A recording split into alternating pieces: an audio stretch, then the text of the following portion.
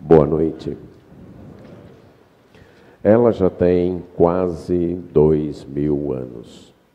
Durante esse tempo, impérios nasceram, cresceram, dominaram o mundo e morreram.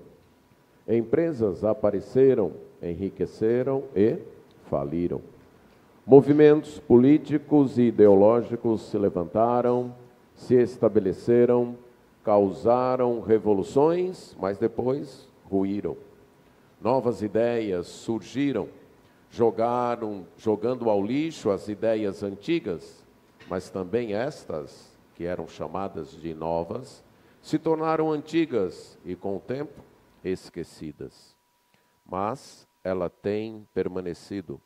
O que explica sua permanência durante tanto tempo? Se presenciássemos o seu início, é provável que não acreditássemos que ela duraria tanto, nem que chegaria tão longe, pois começou pequena, perseguida, sem poder político ou militar, nem financeiro, nem tampouco com uma grande influência religiosa, e numa região que era considerada pequena e distante para o mundo. Seus primeiros componentes e líderes, nem de longe, eram as pessoas mais capazes e influentes da época. Não tinham muito reconhecimento. Alguns chegaram a ser considerados iletrados. Não eram ricos. Por sinal, alguns até passaram fome. Não eram poderosos, pelo contrário, sofreram muito nas mãos daqueles que tinham o poder na época. Não eram habilidosos em propaganda, até porque anunciavam uma mensagem que era considerada escandalosa e louca pelos seus contemporâneos. Nem estavam de acordo com os movimentos religiosos da época, pois navegavam contra as ideias que todas as religiões da época propagavam. Apesar disso, ela cresceu, espalhou-se e chegou até aqui.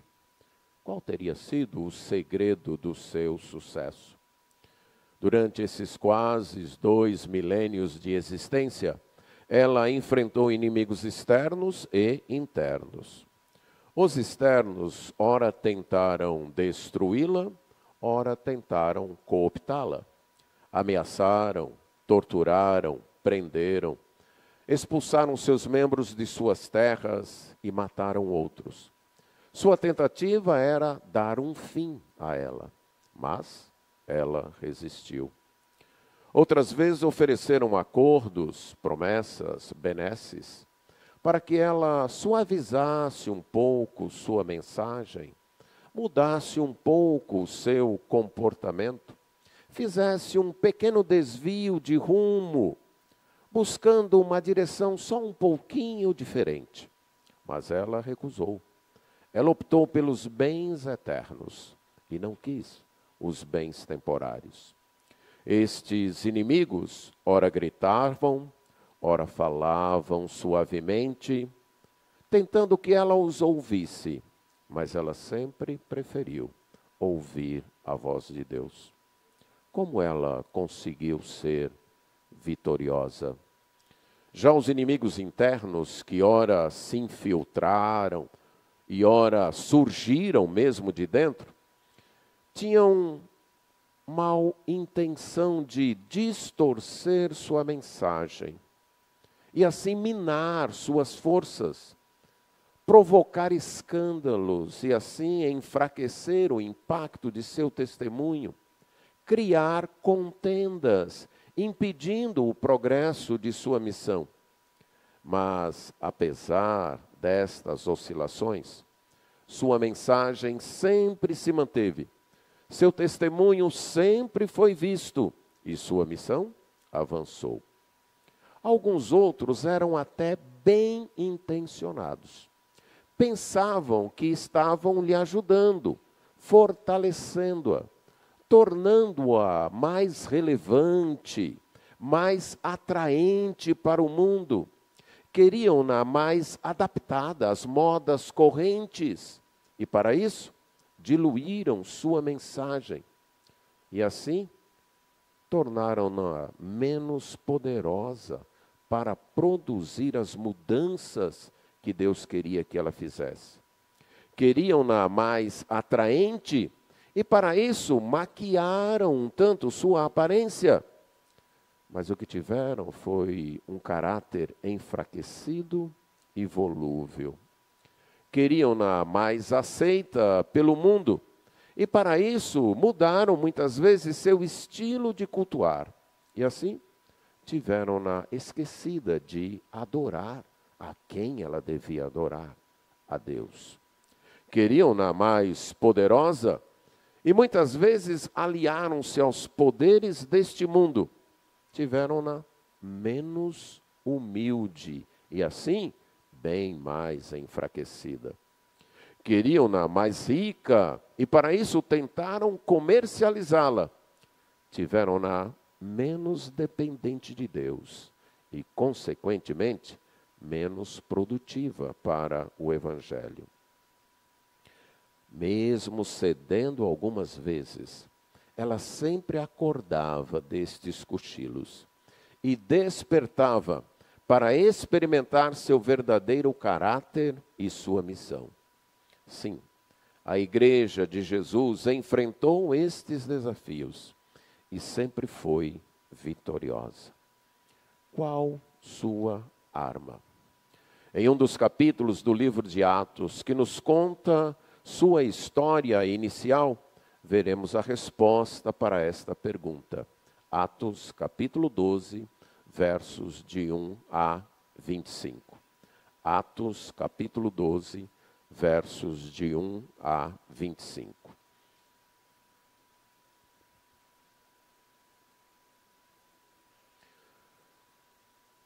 Atos 12, de 1 a 25, lemos assim. Por aquele tempo, o rei Herodes mandou prender alguns da igreja para os maltratar.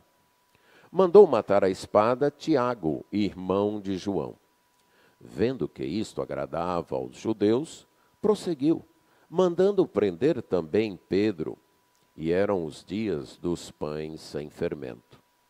Depois de prendê-lo, lançou-o na prisão, entregando-o a 4 escoltas de 4 soldados cada uma, para o guardarem. A intenção de Herodes era apresentá-lo ao povo depois da Páscoa. E assim, Pedro estava guardado na prisão, mas havia oração incessante a Deus por parte da igreja a favor dele. Na noite anterior ao dia em que Herodes ia apresentá-lo ao povo, Pedro dormia entre 2 soldados, preso com 2 correntes. Sentinelas junto à porta guardavam a prisão. Eis, porém, que sobreveio um anjo do Senhor e uma luz iluminou a prisão. O anjo tocou no lado de Pedro e o despertou, dizendo: levanta-te depressa. Então as correntes caíram das mãos dele e o anjo continuou: coloque o cinto e calce as sandálias. E ele assim o fez. O anjo lhe disse mais: ponha a capa e siga-me. Então, saindo Pedro, o seguia, não sabendo que era real o que estava sendo feito pelo anjo. Ele pensava que era uma visão. Depois de terem passado a primeira e a segunda sentinela, chegaram ao portão de ferro que dava para a cidade, o qual se abriu automaticamente. E saindo, enveredaram por uma rua, e logo adiante o anjo se afastou dele. Então Pedro, caindo em si, disse: agora sei que, de fato, o Senhor enviou o seu anjo e me livrou da mão de Herodes e de toda a expectativa do povo judeu. Ao se dar conta disso, Pedro resolveu ir à casa de Maria, mãe de João, também chamado Marcos, onde muitas pessoas estavam congregadas e oravam. Quando ele bateu à porta da frente, uma empregada chamada Rode foi ver quem era. Reconhecendo a voz de Pedro, ficou tão alegre que nem o fez entrar, mas voltou correndo para anunciar que Pedro estava à porta. Então os outros disseram: você ficou louca. Ela, porém, persistia em afirmar que era verdade. Então disseram: é o anjo dele. Enquanto isso, Pedro continuava batendo. Quando abriram a porta e viram-no, ficaram admirados. Ele, porém, fazendo-lhe sinal com a mão para que se calassem, contou-lhes como o Senhor o tinha tirado da prisão e acrescentou: anunciem isto a Tiago e aos irmãos. E saindo, foi para outro lugar. Quando amanheceu, houve grande alvoroço entre os soldados sobre o que teria acontecido com Pedro. Herodes, tendo-o procurado e não o achando, submetendo as sentinelas a interrogatório, ordenou que se aplicasse a pena de morte. E, descendo da Judéia para Cesareia, Herodes passou ali algum tempo. Havia uma séria divergência entre Herodes e os moradores de Tiro e Sidom. Esses, porém, de comum acordo, se apresentaram a ele, depois de obter o apoio de Blasto, que era assessor do rei. Pediram paz, porque a terra deles dependia do alimento do país do rei. Em dia designado, Herodes, vestido de traje real, assentado no trono, dirigiu-lhes a palavra, e o povo gritava: é a voz de um Deus e não de um homem. No mesmo instante, um anjo do Senhor feriu Herodes, por ele não haver dado glória a Deus. E, comido de vermes, morreu. Entretanto, a palavra de Deus crescia e se multiplicava. Barnabé e Saulo, cumprida a sua missão, voltaram de Jerusalém, trazendo consigo João, também chamado Marcos. Vamos orar. Senhor, temos diante de nós a Tua palavra, palavra inspirada pelo Teu Espírito Santo. Somos gratos por isso. Mas reconhecemos a nossa incapacidade e até indisposição para compreensão, amor e obediência a esta palavra. Por isso clamamos que o mesmo Espírito Santo que a inspirou esteja nesse momento atuando em nossas mentes, corações e vontade, dando-nos compreensão, inclinando o nosso coração ao amor e dispondo a nossa vontade à obediência. Pedimos isto em nome de Jesus. Amém. A arma que a Igreja de Jesus enfrenta para ser vitoriosa é a oração. Você já ouviu isso nesse culto? Quem já ouviu isso nesse culto? Pastor Jaime, o senhor vai ter que ensinar com mais reforço a segunda estrofe do hino. É o hino oficial da conferência, certo? O hino oficial da conferência claramente diz que a arma da igreja é a oração. A arma da igreja para ser vitoriosa, a arma da igreja de Jesus para ser vitoriosa é a oração. Para ser vitoriosa, a igreja do Senhor Jesus Cristo teve que enfrentar oposição. O livro de Atos, escrito por Lucas, é uma continuação do Evangelho. Lucas, então, que se encontrou com Paulo em sua segunda viagem missionária, creio que iniciou sua pesquisa e seu projeto, então, de escrever esses 2 volumes. Na minha visão, ele começa primeiro com o segundo volume, que é Atos, acompanhando Paulo, fazendo perguntas a Paulo e mantendo então um contato de como seriam aquelas viagens de Paulo, talvez a conversão de Paulo e tudo assim. Mas no final da terceira viagem de Paulo, ele acompanha Paulo até Jerusalém, quando Paulo fica preso e permanece mais de 2 anos ali entre Jerusalém e Cesareia de Herodes. Creio eu que esse foi o tempo em que Lucas aproveitou para fazer sua pesquisa de campo e produzir 2 TCCs, certo?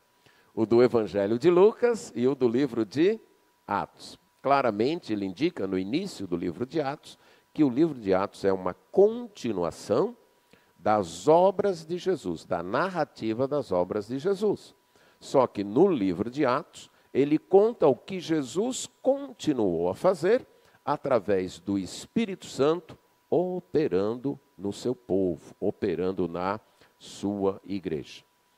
E um dos seus propósitos é mostrar como a igreja avançou, apesar das lutas e obstáculos que ela enfrentou. Esse capítulo está fazendo uma transição na narrativa da igreja em Jerusalém, centrada em Jerusalém e arredores, e agora ela avançando para o restante do mundo. Ao mesmo tempo, há uma transição de protagonistas. Até então, Pedro é o protagonista principal. A partir do capítulo 13, Paulo vai ser o destaque aqui na narrativa de Lucas. É interessante notar que o capítulo 11 do livro termina falando de um assunto que será concluído no 12, 25. Que é o envio da oferta da igreja de Antioquia para Jerusalém por meio de Barnabé e Saulo. O aviso de que a missão foi bem realizada, foi bem sucedida, foi cumprida, é intercalada com o registro da prisão e libertação de Pedro. Também narra a morte de Herodes, o perseguidor, e termina falando que a palavra de Deus crescia e se multiplicava. Quando nós lembramos que originalmente os livros não eram divididos em capítulos e versículos, soa então mais interessante ainda que Lucas tenha dividido sua narrativa, colocando o início da missão ali e a conclusão da missão depois, e no meio colocando essa narrativa completa do aprisionamento, libertação de Pedro, morte dos inimigos da igreja e o registro do avanço da palavra. Creio que Lucas fez isso para mostrar que a igreja de Jesus sempre será vitoriosa quando se devota à oração. A igreja do Senhor Jesus sempre será vitoriosa quando ela se devota à oração. Ela aqui está enfrentando obstáculos. O rei Herodes Agripa I, neto daquele Herodes da época do nascimento do Senhor Jesus Cristo, aquele que mandou matar os bebês em Belém, esse Herodes aqui era amigo do imperador na época Calígula. E o seu domínio crescia cada vez mais. Ele era um simpatizante do judaísmo e estava tentando agradar aos judeus para fortalecer, então, o seu governo junto à população judaica, já que a Judéia era sempre um calo para o governo romano. Eles gostariam de ter ali um governo forte para garantir a paz. Ele faz desta perseguição um expediente político.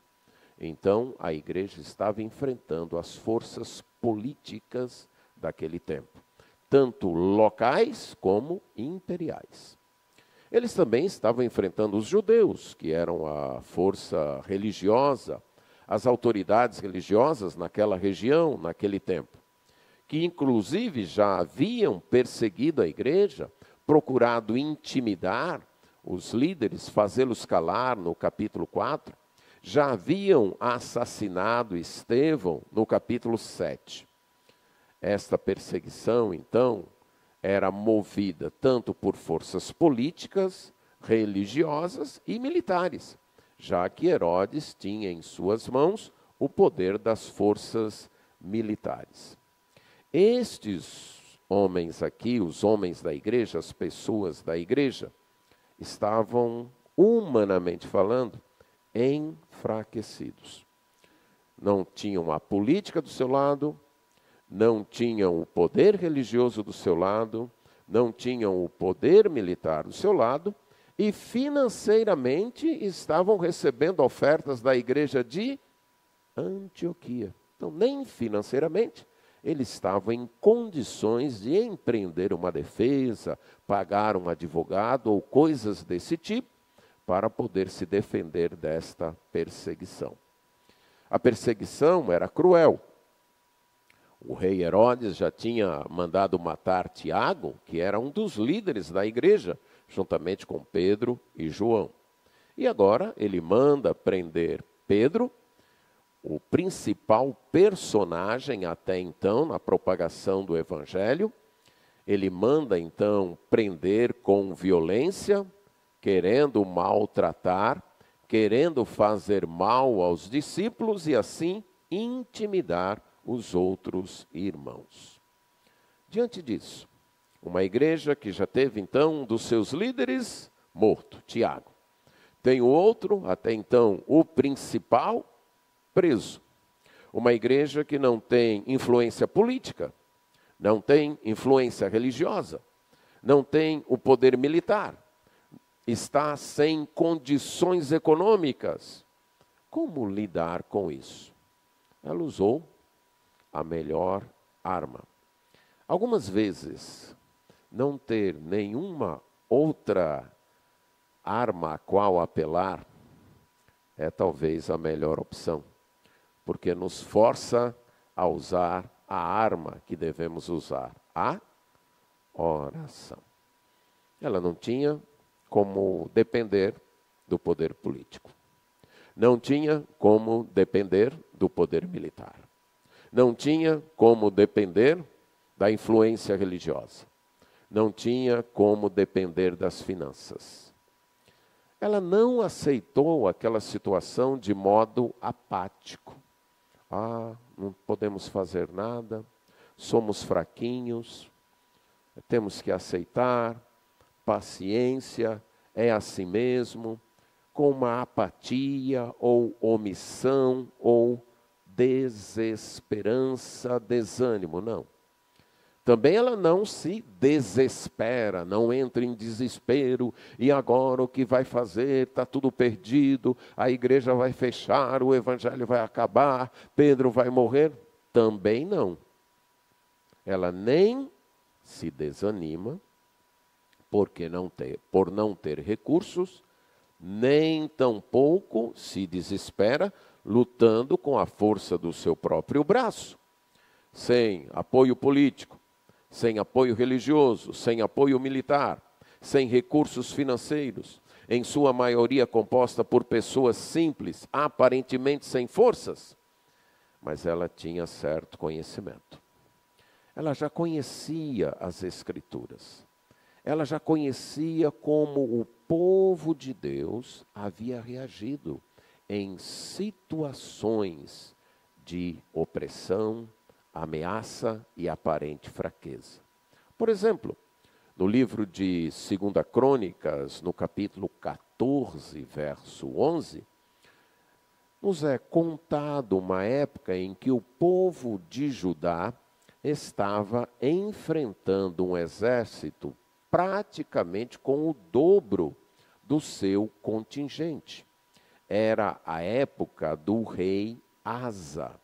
E o rei Asa tinha um exército de 580 mil soldados, mas estava tendo que lutar contra um exército que tinha 1 milhão de soldados.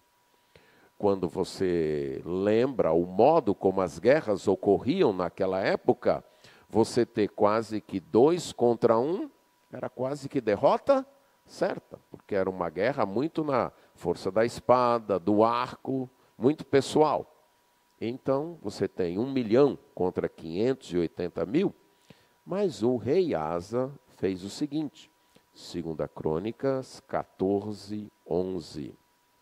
Asa clamou ao Senhor seu Deus e disse, Senhor, além de ti, não há quem possa socorrer numa batalha entre o poderoso e o fraco. Ajuda-nos, Senhor, nosso Deus, porque em ti confiamos. E no teu nome viemos contra esta multidão. Senhor, tu és o nosso Deus, que não prevaleça contra ti o homem. A igreja conhecia isso. Sabia do resultado desta situação. Sabia como a vitória veio, porque aquele rei se colocou diante do Senhor reconhecendo que só há um que pode socorrer numa batalha entre o poderoso e o fraco. Que o povo de Deus deve então depositar sua confiança exclusivamente nele. Fazer dele sua força e esperar nele. A igreja também conhecia, entre muitos, o exemplo do filho do rei Asa, o rei Josafá. No mesmo livro, 2 Crônicas, no capítulo 20, temos também uma demonstração da arma do povo de Deus em oração. E aqui o rei Josafá está enfrentando 3 reinos, Moabe, Amon e Edom. Interessante, 3 reinos aparentados com Israel. 2 descendentes de Ló e 1 descendentes de Esaú. E esses 3 reinos estão atacando ali, então, o povo judeu. E o rei Josafá, no capítulo 20, verso 6, diz assim, Ó Senhor, Deus de nossos pais, não és tu Deus nos céus? Não és tu que dominas sobre todos os reinos dos povos? Na tua mão está a força e o poder. Não há quem te possa resistir. Verso 12. Ó nosso Deus, acaso não executarás o teu juízo contra eles? Porque em nós não há força para resistirmos a essa grande multidão que vem contra nós. Não sabemos o que fazer, mas os nossos olhos estão postos em ti. A igreja conhecia isso. A igreja conhecia a palavra de Deus. Conhecia a história do povo de Deus. Sabia como o povo de Deus deveria reagir numa situação de ameaça na qual o povo estava enfraquecido. Era colocar os olhos em Deus, depender de Deus, esperar em Deus. A igreja também conhecia os ensinos de Jesus sobre oração, incluindo aquela parábola que Jesus havia contado sobre o dever de orar sempre e nunca desanimar, da viúva e do juiz iníquo, no qual o Senhor Jesus reforça o seu povo para orar sempre e nunca desanimar. Esquecemos muitas vezes de que esta é a arma para enfrentarmos as situações difíceis, a oposição.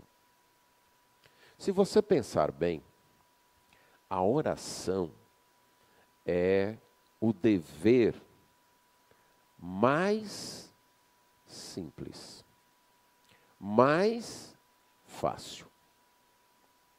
É preciso muito tempo de crente para orar? Não. É preciso um grande conhecimento das Escrituras para orar? Não. É preciso ter certa idade já madura para orar? Não. É preciso ter um lugar bem específico para orar? Não. É um dever relativamente fácil. Mas você já deve ter percebido que coisas extremamente eficientes são relativamente fáceis. Beber água, dormir adequadamente, fazer exercícios. Não são? Mas a gente faz assim. Até a água, concorda? Que é algo tão simples, não é verdade? E tão necessário. O pecado faz isso com a gente. Aquilo que está à mão, acessível, acaba se tornando para nós extremamente difícil de ser praticado. Orar é extremamente acessível, fácil. Mas você já deve ter reconhecido que é uma verdadeira luta manter uma vida de oração. Da mesma forma como aqueles outros deveres simples, aquelas necessidades simples da vida. Talvez por ser tão acessível, talvez por estar tão à mão, ela seja tão menosprezada. Você já deve ter escutado ou até usado a frase: eu já tentei de tudo, agora só resta orar. É irônico, né? Qual deveria ser a primeira coisa a ser tentada? Oração, mas normalmente qual é? É a última. A gente tenta isso, tenta isso. Quando todas as portas se fecham, pronto, agora vamos orar, né? Por quê? Já tentamos aqui, já tentamos acolá, já tentamos ali, nada resolveu. Então vamos orar. A nossa descrença na oração, que a gente não confessa abertamente, mas que está no coração, aparece muito nos momentos de aflição, nos momentos da oposição. A igreja faz o que ela estava acostumada a fazer. Como ela enfrentou a tentativa de intimidação que foi narrada em Atos capítulo 4? Orando. Essa era a prática da igreja. Desde Atos capítulo 2, quando Lucas nos narra o primeiro resumo das atividades da igreja, diz que ela perseverava também em oração. Orou, então, voltando a Atos 12, incessantemente, fervorosamente, ardentemente. Havia, então, reuniões regulares à noite, eles estavam à noite, na casa lá de Maria, mãe de João Marcos, orando, sem liderança. Tiago, que esse Tiago que é mencionado a segunda vez, no verso 17, era o Tiago, irmão do Senhor Jesus Cristo, que era o pastor da igreja naquela época. Ele não estava presente nessa reunião. Era um hábito da igreja. Era algo que a igreja fazia sem precisar do incentivo da liderança. Se reunia à noite nas casas para orar. No verso 5 aqui, eu considero assim o verso que é o centro desse relato, que é de uma beleza muito grande. Pedro estava guardado na prisão. Lembra? Ele estava guardado na prisão, guardado por 16 soldados. Parece que Herodes acreditava mais no poder da oração do que a gente acredita. Ele estava precisando de 16 soldados para tomar conta de um que já estava na prisão, certo? E estava mais ou menos assim, né? Pedro estava na cela, uma algema em um dos seus braços, uma algema aqui e outra parte da algema no braço de um outro soldado. Uma algema no outro braço e a outra parte da algema no braço de outro soldado. Então, 2 soldados ali, algemados ao lado de Pedro. Andando um pouquinho, a primeira sentinela, andando mais um pouco, a segunda sentinela, e lá fora um portão de ferro. E os outros 12 soldados estavam descansando, porque a cada 4 horas o turno mudava, certo? Cada 4 horas mudava aquele turno, exatamente para que os soldados não dormissem, ficassem sempre alertas para não deixar Pedro escapar. Era extremamente importante para Herodes ter aquele troféu para apresentar para o povo judeu depois de terminada a festa dos pães asmos. Então, assim, Pedro estava guardado na prisão. Mas havia oração incessante, fervorosa, ardente a Deus por parte da igreja a favor dele. Consegue ver o choque? Consegue ver 2 forças, 2 exércitos combatendo aqui? Consegue ver isso? Um visível, aparentemente poderoso, aparentemente invencível, com seus soldados, com sua fortaleza, e um grupo de irmãos orando. Só restava a eles orarem. E eles estavam fazendo exatamente isso, orando. Mentalize bem, visualize bem esta cena como de 2 exércitos em guerra. Um visível, usando todos os poderes à sua disposição, e o outro clamando pelo poder invisível, clamando pelo socorro sobrenatural.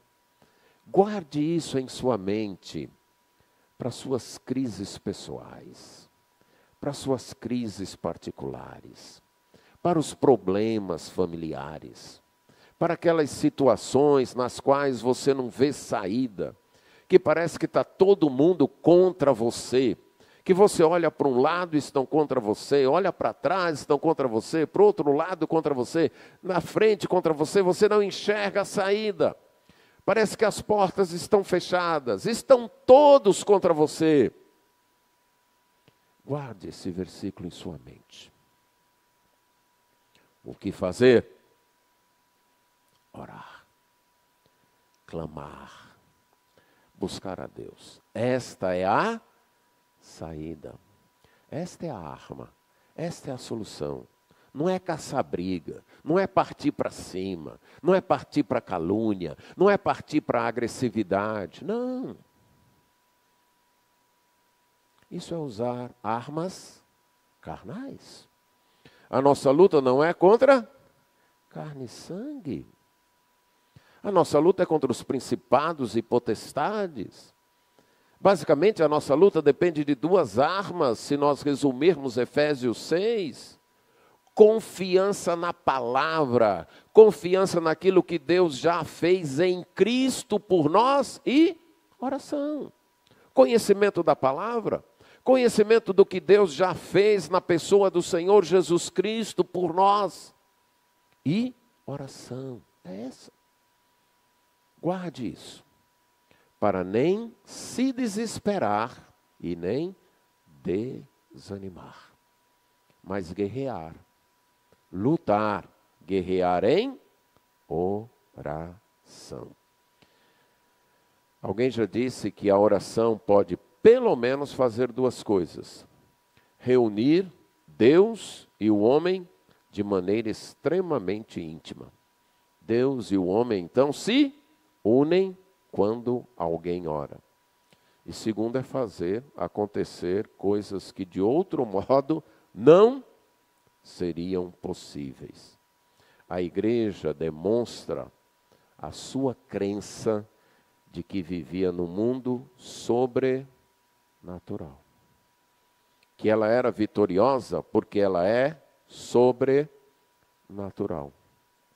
Fundada por Jesus, edificada sobre a pedra que é Jesus, dependendo de um compromisso com Deus através da pessoa de Jesus. Um compromisso que depende de uma compreensão que nos vem por iluminação do Espírito Santo, algo sobrenatural, mesmo que seja proclamada por pessoas. E um compromisso que exige sacrifício, como nós vimos ontem. Esta igreja demonstra essa crença. Não é só o que a gente vê, não é só o visível, não é só o que a minha mente é capaz de pensar e raciocinar, não é só o que o meu braço é capaz de fazer, não depende só dos recursos que nós temos à disposição, não. Há um mundo, há uma realidade sobrenatural. E é nessa realidade que nós vivemos. E é desta realidade que nós dependemos. Quais foram os resultados? Pedro é libertado milagrosamente. A narrativa aqui é feita de modo a deixar bem claro, a deixar bem patente, que o poder sobrenatural de Deus está atuando no mundo dos homens, para demonstrar que a igreja do Senhor Jesus não está abandonada para enfrentar seus problemas, para enfrentar seus desafios, para enfrentar suas lutas e oposições com seus próprios recursos. Não. A narrativa nos fala que no dia anterior, no último momento, Pedro dormia. Para mim isso já é bem espantoso, você não acha? O cara vai ser apresentado amanhã, o colega dele já tinha sido degolado, e ele é capaz de dormir numa cela, sem colchão, sem travesseiro. Um homem que estava descansando em Deus. Minha vida está nas mãos de quem? Eu acho que era o raciocínio de Pedro. Nas mãos de quem? De Deus. Se tiver que ser agora, tá bom. Se não tiver, não é eu passando a noite aqui ansioso, preocupado e coçando a cabelo que vai resolver o problema, não. Deus vai resolver. Então, para mim, se a gente pode chamar de sobrenatural, o primeiro fato sobrenatural aqui é Pedro dormindo. Tranquilo. Entre dois soldados, ele dorme, enquanto muitos de nós, numa cama confortável, com ar-condicionado, música relaxante, por algo bem menos ameaçador, não consegue nem fechar os olhos muitas vezes. Ali está Pedro dormindo.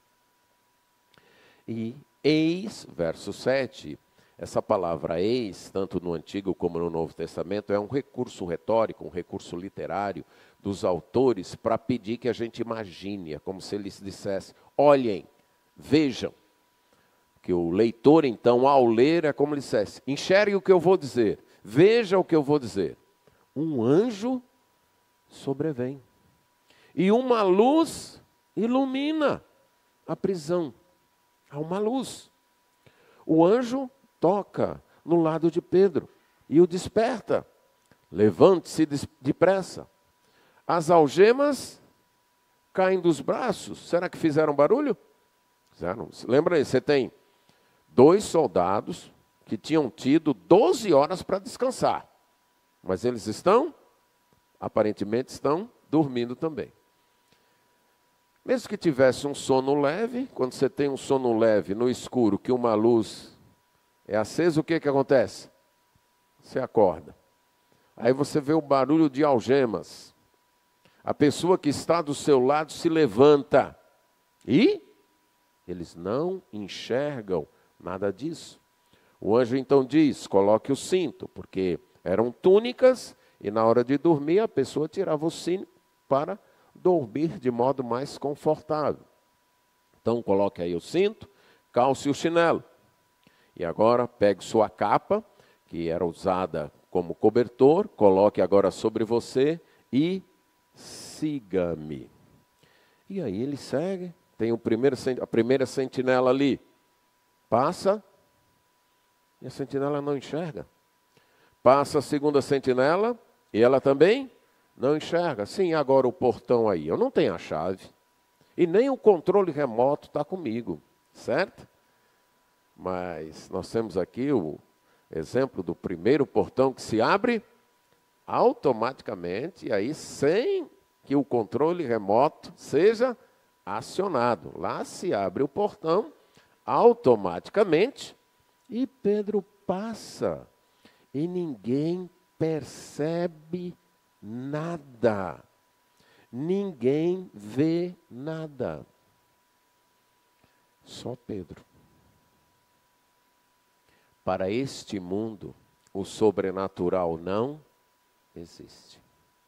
Está acontecendo, mas eles não conseguem enxergar. Isso é o esperado do mundo. Não é de se esperar que o mundo enxergue o sobrenatural, que o mundo perceba o sobrenatural. Mas o triste é quando a igreja do Senhor Jesus Cristo não percebe isso, não vive nisso, não enxerga isso. Então Pedro lá fora diz, pronto, agora eu sei o que foi que aconteceu. Deus enviou o seu anjo e me livrou da mão de Herodes e de tudo que o povo judeu esperava. Aí ele vai para a casa de Maria, mãe de Marcos, onde ele sabia que tinha pessoas orando. Ele bate, vem a empregada. Quem é? É Pedro. Ela reconhece a voz. Ela parece a única que acredita, o coração explodindo de alegria. Deus respondeu nossas orações. Ela corre. Pedro está aí, tal. Você está doida, minha filha. Pedro está preso. Deve ser o anjo dele que está aí, veio trazer alguma mensagem. Deve ser um mensageiro que ele mandou para nós.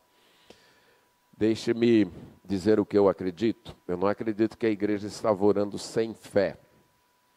Eu acredito que a igreja estava orando, esperando o livramento de Pedro, mas não desta forma. Esperando que Herodes mudasse de ideia, esperando que alguma coisa acontecesse. Mas se eles estavam orando, eles tinham fé. Algumas vezes nós oramos e oramos com fé, mas direcionamos o resultado a tal ponto que só acreditamos se ele vier do jeito que nós esperamos que ele venha. Se ele chegar de outra maneira, a gente é pego meio de surpresa e nem acredita mesmo que foi Deus quem fez. Mas aquela menina foi extremamente insistente, Pedro também lá batendo, certo? Eles abrem e lá está Pedro, e Pedro então testemunha, pede silêncio, testemunha o que o Senhor havia feito, anuncia isso para Tiago, o pastor da igreja, e ele vai para outro lugar. Lucas poderia ter terminado a narrativa aqui? Poderia? Para nós já estaria de bom tamanho. Glória a Deus! Olha aí, vejam o poder de Deus. Mas ele não termina. Amanhece, ele conta então que houve um alvoroço. Aí você pode imaginar também, o soldado abriu o olho. Cadê Pedro? Ei, soltou o rapaz aqui, o Pedro aqui? Não. Não foi você que soltou, não? Não. E cadê o homem? Primeiro sentinela. Não, ninguém passou por aqui. Segundo sentinela. Ninguém passou por aqui. E o portão continua fechado. E cadê? Ninguém sabe. Herodes, pois traga os soldados. Interroga e nada. E ele aplica o que era a lei na época. A lei na época é: se você está guardando um prisioneiro que vai ser condenado à morte e ele foge, quem é que morre? Você. Primeiro prejuízo de Herodes, 16 soldados morrem. Certo? 16 soldados da sua guarda morrem. Ele se colocou contra o povo de Deus.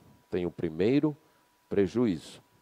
Lucas poderia ter encerrado aqui também sua narrativa? Sim, acabou. Aí, está vendo o que acontece com quem se coloca contra o povo de Deus? Mas ele não encerra. Ele continua dizendo que depois de um tempo, Herodes, talvez muito chateado ali em Jerusalém, porque o que eu queria, ganhar o prestígio do povo judeu, não aconteceu, eu vou passar um tempo lá em Cesareia, que era a capital administrativa do Império Romano naquela região. E lá então, ele se depara com uma situação, porque Tiro e Sidom, os moradores dali, tinham uma séria divergência com ele, mas dependiam dele para ter o abastecimento em termos de alimentos, e esses moradores, então, conseguem conversar com um assessor muito próximo, Blasto, e conseguem uma entrevista para pedir paz a Herodes. E Herodes, então, resolve se apresentar àqueles súditos que queriam paz, aí com seus trajes reais, brilhantes. A narrativa de Joséfo fala de que eram trajes assim bem brilhantes e que o sol batia naqueles trajes e apresentava Herodes bem glorioso. E o povo então gritava: é a voz de um Deus e não de um homem. Muito provavelmente não, o texto diz que Herodes estava discursando, seu momento de glória, discursando com seus trajes reais. No mesmo instante, um anjo do Senhor feriu, por ele não estar glorificando a Deus. E, comido de vermes, morreu. Lucas poderia simplesmente ter dito, e Herodes morreu. Não poderia ter dito só isso? Mas ele diz o quê? Comido de vermes. Devemos lembrar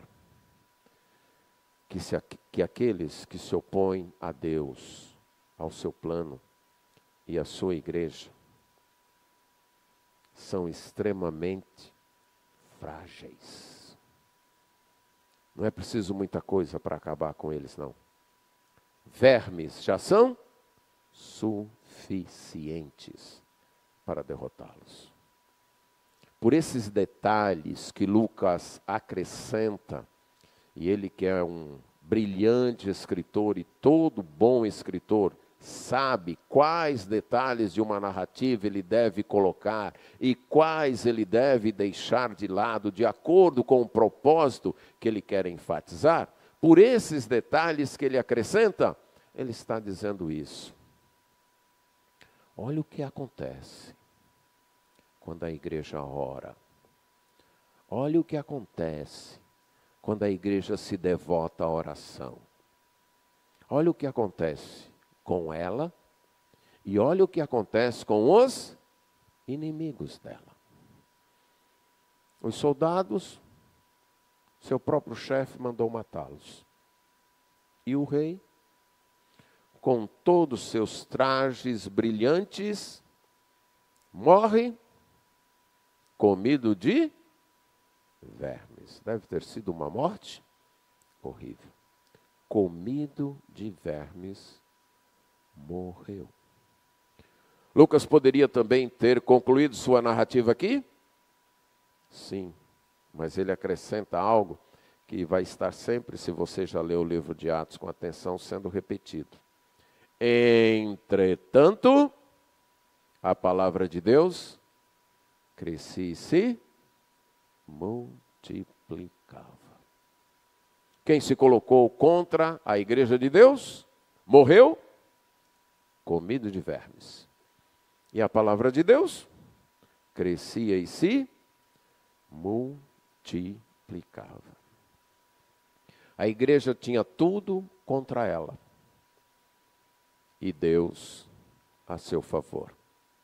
E isso já é o mais do que suficiente. A igreja do Senhor Jesus Cristo deve crescer, quer crescer. Deve cumprir a ordem de Jesus de chegar até os confins da terra, em todos os povos do mundo. Essa é uma luta, é uma guerra. E ela enfrenta diversos desafios, diversos obstáculos. Apatia, comodismo, tradicionalismo, dissensões, falta de recursos, críticas, nossa própria incapacidade, esses inimigos internos em nós mesmos e os inimigos externos. Um mundo que rejeita o Evangelho, rejeita os valores do Evangelho. E a gente se espanta porque quer se espantar. Mas não é para se espantar. O mundo jaz no maligno. No mundo tereis aflições. Esse mundo está em trevas. Não é para a gente se espantar que o mundo está contra os valores cristãos. É o que a gente deve esperar. Não devemos esperar aplauso do mundo. Se o mundo está aplaudindo a igreja, alguma coisa mudou, ou no mundo, ou na igreja. E muito tristemente, normalmente é na igreja. O mundo, Jesus diz, o mundo me odiou. Vocês devem esperar o quê então, se vocês me seguem? Que ele vá aplaudir vocês? Que ele vá aclamar vocês? Não é isso que vocês devem esperar. Então, além dos problemas internos, do nosso próprio coração, nossas disputas internas muitas vezes, há esses problemas externos. A nossa arma para um caso e outro caso é a oração. Nada vai deter o crescimento de uma igreja que se devota à oração. Na sua vida pessoal, nos embates que você enfrenta, nos seus desafios pessoais, familiares, na luta que você enfrenta contra o seu próprio coração, sempre em frente com oração, clamor a Deus, busque a Deus. E nas lutas desta igreja, não espere tempos permanentes de bonança para a igreja. Eu gostaria de dizer outra coisa para vocês, mas não posso dizer. Lembro-me de uma vez que eu estava ao lado de uma senhora, uma jovem mãe que tinha perdido a filha. E ela chorando muito, dizendo, há uma dor, como eu gostaria que ela passasse. Eu disse, e eu gostaria muito de dizer para a senhora que essa dor vai passar. Mas se eu dissesse, eu estaria... Mentira, essa dor não vai passar, deixa eu dizer para a senhora. Essa dor aí não vai passar. Vai ter momentos que a senhora não vai sentir com tanta intensidade, mas ela não vai passar não. A dor de perder um filho não vai passar.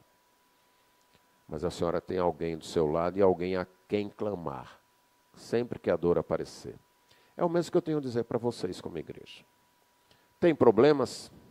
Estão enfrentando lutas internas e externas? Ah, mas um dia isso acaba. Um dia vai acabar. No arrebatamento. Até lá, irmãos, é momentos relativos às tréguas e depois, lá vem outros problemas. Aí quando você pensa, agora vai. Lá vem outros problemas. É a nossa luta. Então não se espante, não se escandalize com isso. Que você não seja a causa dos problemas. Mas que vai ter problemas na igreja? Vai. Então, primeiro, enfrente essa realidade. Para ser vitoriosa, a igreja do Senhor Jesus vai enfrentar guerras, vai enfrentar lutas. De outra forma, de que maneira ela vai ser vitoriosa? Como é que um time ganha sem jogar? Um time ganha sem jogar? Não, tem que jogar para ganhar. A igreja vai enfrentar lutas, vai enfrentar problemas. Ora de um jeito, ora de outro, ora com alguém, ora com outro, mas vai. Sempre lembre de enfrentar essas lutas com oração. Não menospreze isso. Valorize os cultos de oração, valorize as reuniões de oração, crie grupos de oração entre vocês, grupos de oração nos lares, grupos de oração de pais que oram pelos filhos, grupos de oração de mães que oram pelos filhos, grupos de oração de mulheres que oram por seus maridos, de maridos que oram por suas mulheres. Criem grupos de oração, mas só para isso. A gente vai se reunir para orar. Um conselho que numa série de mensagens que eu fiz sobre questão de grupos de oração foi: não sirvam nem lanche. A gente ora e vai embora. Sabe por quê? Porque é muito fácil, do momento de oração, desandar para o momento da fofoca. É muito ligeiro. Porque Satanás vai estar assediando exatamente os grupos de oração. Então, a gente vai ter o grupo de comunhão, mas é outro dia. Isso aqui é para a gente chegou, orou, foi embora. Chegou, orou, se tiver sede, dá um copo d'água e vamos embora. Certo? Vamos nos concentrar em oração. Esse propósito aqui é orar. Forme esses grupos. Lembrando que oração é uma forma de lutar, não é passividade. Oração é guerra, oração é luta. Porque a vitória da igreja de Jesus deve ser buscada em oração. Amém.